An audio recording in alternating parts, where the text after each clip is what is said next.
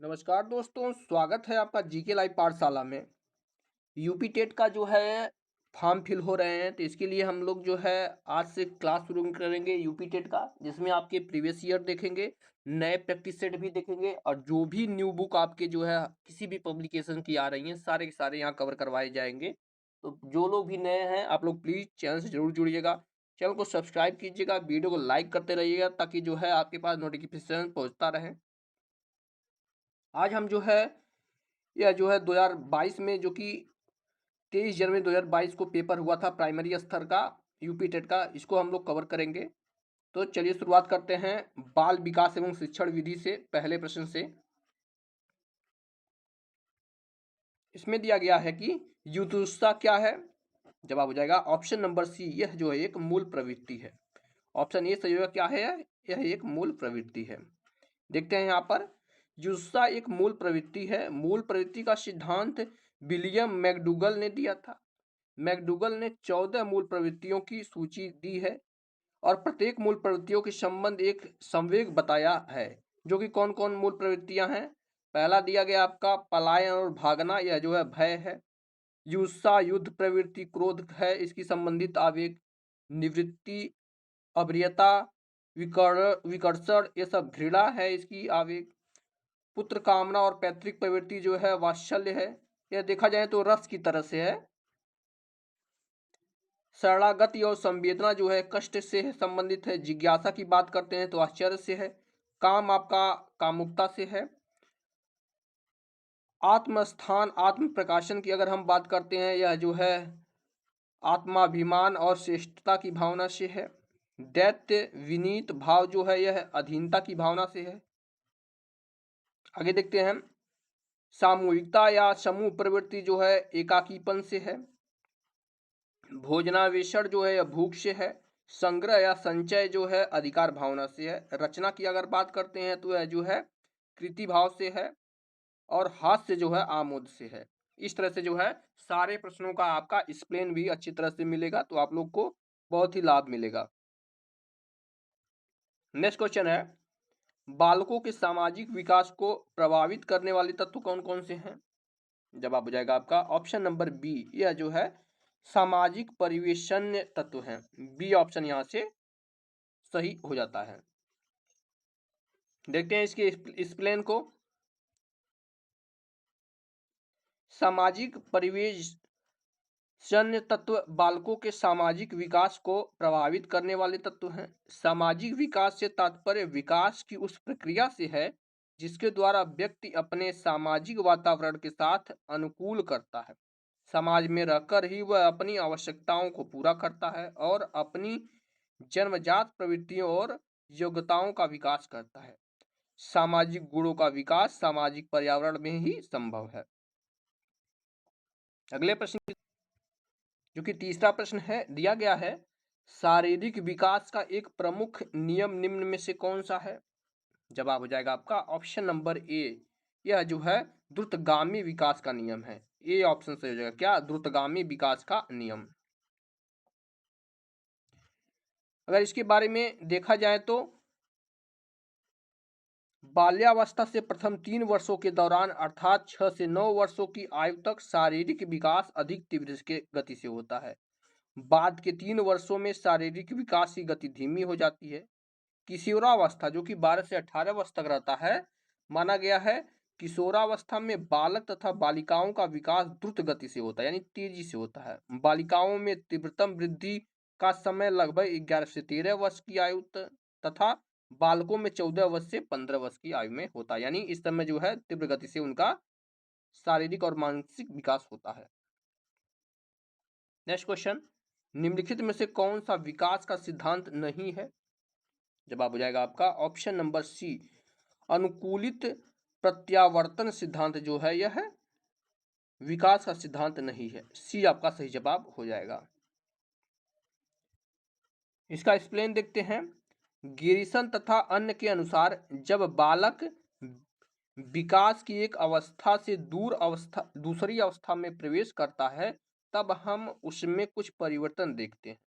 अध्ययनों ने सिद्ध कर दिया है कि इन परिवर्तनों में पर्याप्त सिद्धांतों का अनुसरण करने की प्रवृत्ति होती है। इन्हीं को विकास का सिद्धांत कहा जाता है। विकास के निम्नलिखित सिद्धांत है कौन कौन? विकास की दिशा में सिद्धांत, दूसरा है निरंतर विकास का सिद्धांत, तीसरा है आपका परस्पर संबंध सिद्धांत और चौथा है आपका समान प्रतिमान का सिद्धांत। आगे देखते हैं और भी है, जैसे विकास का क्रम सिद्धांत, छठा है आपका सामान्य से विशिष्ट प्रतिक्रियाओं का सिद्धांत, सातवां है वंशानुक्रम व वातावरण का अंतःक्रिया का सिद्धांत। तो इस तरह से आपके विकास के सिद्धांत हैं। पांचवा क्वेश्चन है, विकास के परिणाम स्वरूप नवीन विशेषताएं और नवीन योग्यताएं प्रकट होती हैं, यह कथन किसने दिया है? यह किसका कथन है? जवाब हो जाएगा ऑप्शन नंबर बी, यह जो है हरलाक का कथन है। बी आपका सही जवाब यहां से हो जाता है। देखते हैं इसके बारे में। हरलाक के अनुसार विकास के परिणाम स्वरूप नवीन विशेषताएं और नवीन योग्यताएं प्रकट होती हैं। यहीं मेरिडिथ के अनुसार की बात किया जाए तो कुछ लेखक अभिवृद्धि का प्रयोग केवल आकार की वृद्धि के अर्थ में करते हैं और कुछ विकास का भेदीकरण या विशिष्टकरण के अर्थ में करते हैं। गेसेल के अनुसार देखा जाए तो विकास केवल एक प्रत्यय यानी विचार ही नहीं है, इसे देखा, जांचा और किसी सीमा तक तीन विभिन्न दिशाओं, शरीर के अंग का विश्लेषण, शरीर का ज्ञान, व्यवहार से मापा जाता है।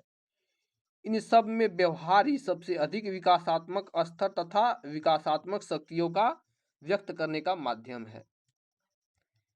छठा प्रश्न है, कोहलर अपने प्रयोग से यह सिद्ध करना चाहते थे कि अधिगम क्या है? जवाब हो जाएगा ऑप्शन नंबर सी, समग्र परिस्थिति का प्रत्यक्षीकरण ही अधिगम कहलाता है। किनके अनुसार? कोहलर के अनुसार। सी ऑप्शन यहां से सही हो जाएगा। नेक्स्ट क्वेश्चन दिया गया है, किसने पाठ योजना की पंचपद प्रणाली प्रतिपादित किया था? जवाब हो जाएगा आपका ऑप्शन नंबर सी, यह जो है जॉन डीवी ने किया था। सी ऑप्शन से, किसने किया था? जॉन डीवी ने किया था। देखते हैं इसके बारे में। पाठ योजना की पंचपद प्रणाली प्रतिपादन, माफ कीजिएगा ऑप्शन बी, देखिए सॉरी हम ऑप्शन सी बोल दिए हैं, ऑप्शन बी सही हो जाएगा। किसने किया था? हर्बर्ट ने किया था। ठीक है ना, पाठ योजना की पंचपद प्रणाली किसने किया था? हर्बर्ट ने किया था। जिसमें कौन कौन सी है? पहला प्रस्तावना है, दूसरा प्रस्तुतिकरण है, तीसरा तुलना है, चौथा व्यवस्था है, पांचवा मूल्यांकन। हर्बर्ट द्वारा प्रतिपादित पाठ योजना के पांचों सोपान बड़े ही महत्वपूर्ण हैं। आज भी इनका अनुसरण किसी न किसी रूप में लिया जाता है। हमारे देश में अधिकतर पाठ योजनाएं हर्बर्ट उपागम के आधार पर ही बनाई जाती।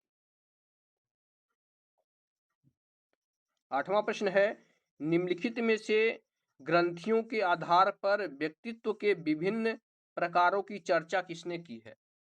तो यह चर्चा जो है आपके कैनन ने की है। ऑप्शन यहां से ए सही हो। किसने की है? कैनन ने किया है। देखते हैं इसके बारे में। कैनन ने ग्रंथियों के आधार व्यक्तित्व के विभिन्न प्रकारों की चर्चा की है। व्यक्तित्व को विभिन्न मनोवैज्ञानिक ने भिन्न भिन्न प्रकार से वर्गीकृत किया है।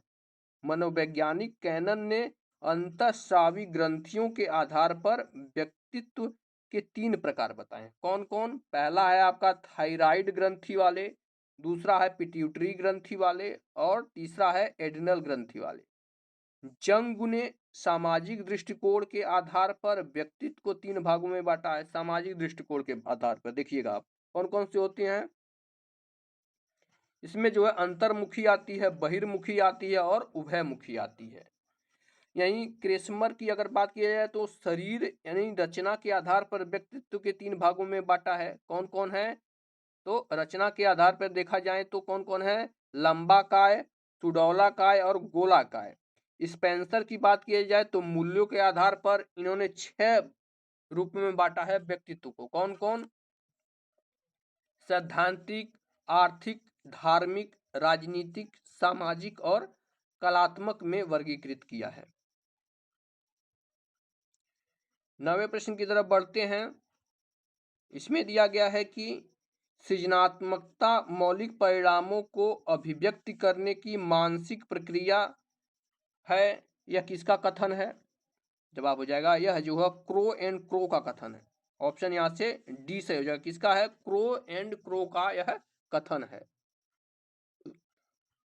10वां प्रश्न देखेंगे, इसमें दिया गया है बीएफ स्किनर के अनुसार बच्चों में भाषा का विकास होता है।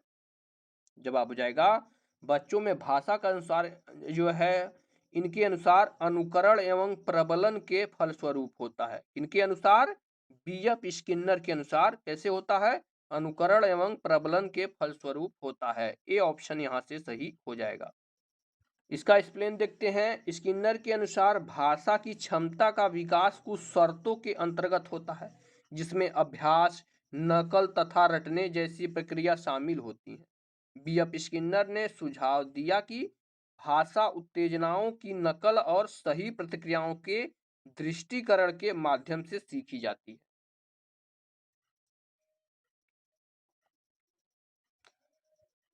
अगला प्रश्न है, मूल प्रवृत्तियों को 14 प्रकार से किसने वर्गीकृत किया है? मूल प्रवृत्तियों को 14 प्रकारों में किसने वर्गीकृत किया है? तो यह जो है मैकडूगल ने किया है। बी आपका सही जवाब हो जाएगा। किसने? मैकडूगल ने किया है।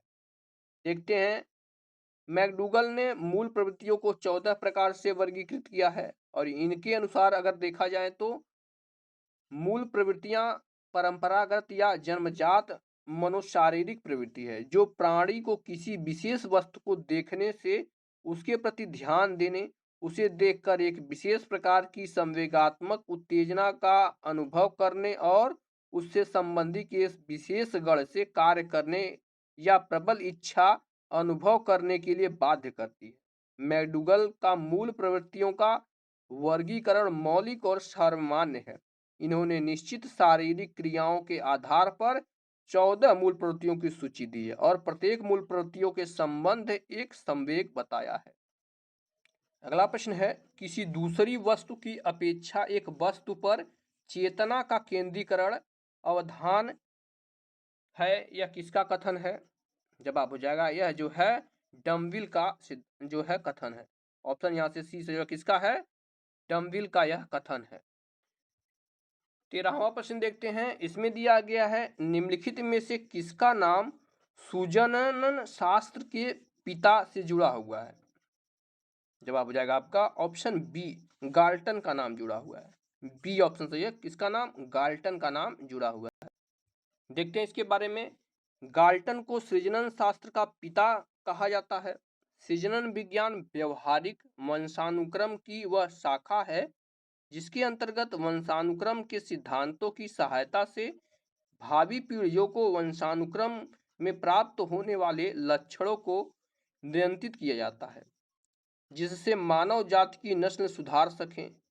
सृजनन का उद्देश्य किसी व्यक्ति के वंशानुगत लक्षणों को परिवर्तित करने का नहीं है, वरन पीढ़ी उत्तम वंशानुगत लक्षणों की वंशानुगत को बढ़ावा देना तथा खराब लक्षणों की वंशागति पर रोक लगाना है, जिससे संपूर्ण मानव जाति के पितृक संग्रह को सुधारा जा सके। 14 नंबर का प्रश्न है, 12 वर्ष से 16 वर्ष के बालकों हेतु हिंदी में डॉक्टर एस जलोटा ने कौन सा परीक्षण प्रतिपादन किया था? जवाब हो जाएगा आपका ऑप्शन नंबर यहाँ से बी सही हो जाएगा। इन्होंने जो है साधारण मानसिक योग्यता परीक्षण किया था। बी आपका सही हो जाएगा। क्या? साधारण मानसिक योग्यता परीक्षण। अगला प्रश्न है, बुद्ध के द्विकारक सिद्धांत का प्रतिपादन किसने किया था? जवाब हो जाएगा ऑप्शन नंबर बी, यह जो है स्पीयरमैन ने किया था। बी आपका सही जवाब हो जाएगा। किसने किया था? स्पीयरमैन ने किया था। 16वां प्रश्न देखेंगे, दिया गया है पूर्व अनुभव के आधार पर संवेदना को अर्थ प्रदान करना क्या कहलाता है? तो यह जो है प्रत्यक्षीकरण कहलाता है। बी आपका सही जवाब हो जाएगा। क्या कहलाता है? प्रत्यक्षीकरण। इसका जो है एक्सप्लेन देखते हैं। पूर्व अनुभव के आधार पर संवेदना को अर्थ प्रकट करना प्रत्यक्षीकरण कहलाता है। संवेदना की भांति ही प्रत्यक्षीकरण भी एक मानसिक प्रक्रिया है। संवेदना अर्थ रहित ज्ञान है और प्रत्यक्षीकरण अर्थपूर्ण ज्ञान है। उदाहरण, बालक खेल रहा है, उसे किसी ने उसका नाम लेकर आवाज दिया, जिससे उसे ध्वनि संवेदना हुई और वह ध्वनि को पहचान कर वह अनुमान लगा लेता है कि पिताजी बुला रहे हैं, इस प्रकार ज्ञान को प्रत्यक्षीकरण कहलाता है, यानी आवाज को पहचानना जो है यही कहलाता है। 17 नंबर का प्रश्न दिया गया है, सीखने में प्रयास व भूल के सिद्धांत का प्रतिपादन किसने किया था? तो यह सिद्धांत जो है थॉर्नडाइक ने किया था। ऑप्शन नंबर यहाँ से ए सही है। किसने किया था? थॉर्नडाइक ने किया था। ए ऑप्शन सही है। अगला प्रश्न, औसत बुद्धि वाले बालकों की बुद्धि लब्धि स्तर कितना होता है? जवाब हो जाएगा 90 से 109 होता है। ठीक है ना? कितना होता है? 90 से लेकर के 109 तक। ए ऑप्शन सही हो जाएगा। देखते हैं यहाँ पर बुद्धि लब्धि वर्ग यानी आईजी ग्रुप है दिया गया है, और वहां पर जो है इंटेलिजेंस ग्रुप दिया गया, यानी कितने से कितना तक रहेगा तो कैसे बालक कहलाएंगे। जैसे आपका अगर आपके 140 से लेकर के 200 तक है तो वह जो है प्रतिभाशाली बालक कहलाएंगे। 120 से 139 तक है तो प्रखर कहलाएंगे। 110 से 119 तक है तो उत्कृष्ट कहलाएंगे। 90 से 109 तक है तो सामान्य बुद्धि कहलाएंगे। इसी के बारे में देखिए पूछा था, एवरेज कहलाएंगे। ठीक है ना? और यहीं अगर 80 से 89 तक है तो मंद बुद्धि है। 70 से 79 तक है तो निर्बल बुद्धि है। 50 से 59 तक है तो मूर्ख है। 25 से 49 तक है तो मूढ़ है। और 25 से नीचे है तो जड़ बुद्धि कहलाएंगे। ठीक है ना? तो पूरा जो है इस तरह से पूछा जाता है कि कहाँ से कहाँ तक है तो उसे क्या कहलाते हैं। अगला प्रश्न दिया गया है, निम्न में से कौन तरल क्रिस्टलीय बुद्धि के प्रतिमान के प्रतिपादक थे? जवाब हो जाएगा यह जो है कैटेल थे। सी ऑप्शन सही है। कौन थे? कैटेल।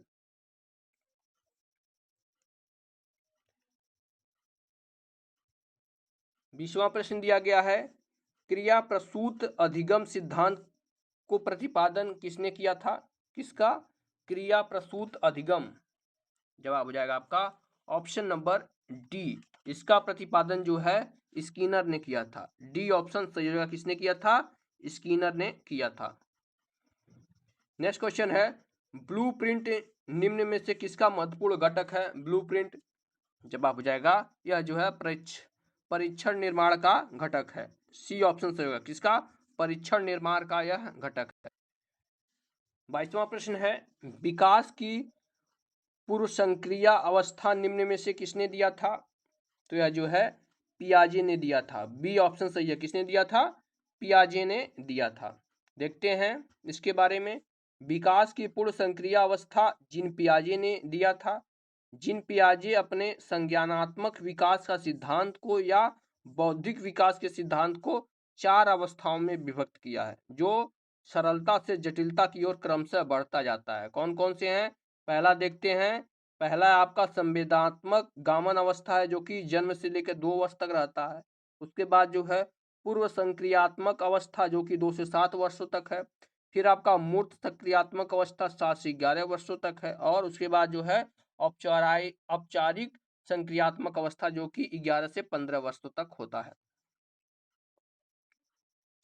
नेक्स्ट क्वेश्चन देखते हैं 23 नंबर का, MPPI परीक्षण का उपयोग निम्न में से किसके माप के लिए किया जाता है? तो जो है ऑप्शन इसमें से कोई नहीं था जो कि पेपर में आया था। ऑप्शन कोई नहीं, लेकिन इसके बारे में हम लोग जान लेते हैं। MPPI परीक्षण का उपयोग व्यक्तिगत मापन में किया जाता है। यह एक मनोवैज्ञानिक परीक्षण है जो व्यक्तित्व लक्षणों और मनोविकृत के आकलन करता है। MPPI एक साइकोमेट्रिक परीक्षण है जो मानसिक स्वास्थ्य रोगियों द्वारा अनुभव किए गए विभिन्न सामाजिक, व्यक्तिगत और व्यवहार संबंधी मुद्दों को समझने के लिए मनोवैज्ञानिकों की पहचान करता है। ठीक है ना? तो यह जो है MPPI टेस्ट है। आते हैं 24 नंबर के प्रश्न की तरफ।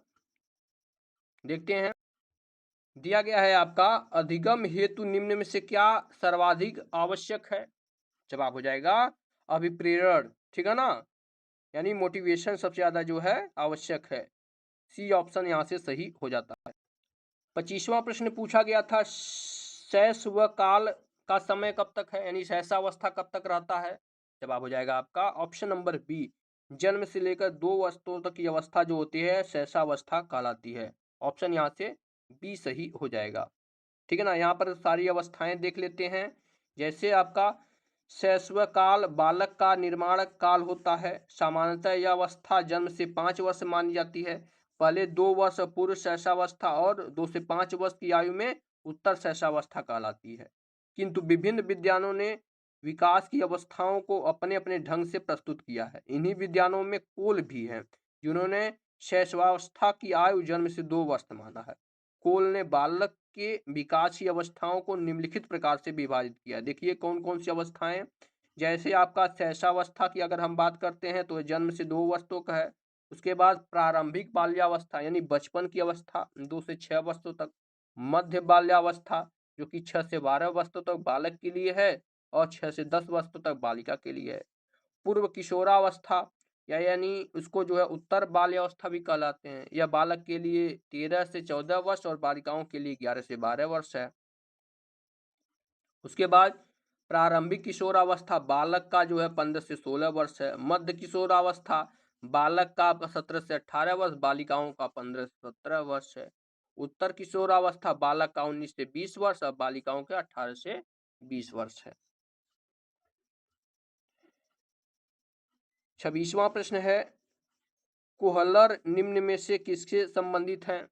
कोहलर जवाब हो जाएगा यह जो है अधिगम के सिद्धांत से संबंधित है। डी ऑप्शन सही होगा, अधिगम के सिद्धांत।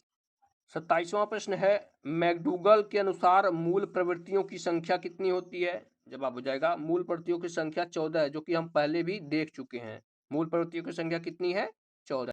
28 नंबर का प्रश्न है, मानसिक उद्वेलन प्रतिमान का प्रयोग निम्न में से किसके शिक्षण हेतु संबंधित है?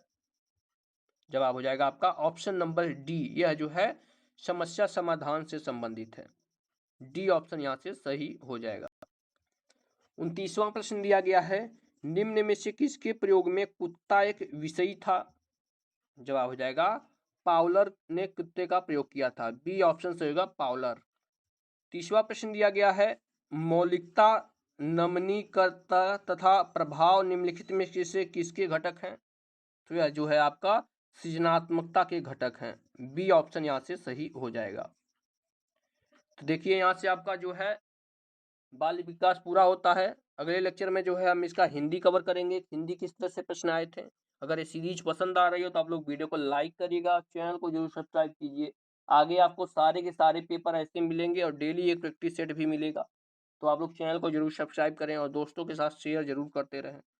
मिलते हैं नेक्स्ट लेक्चर में, तब तक के लिए धन्यवाद।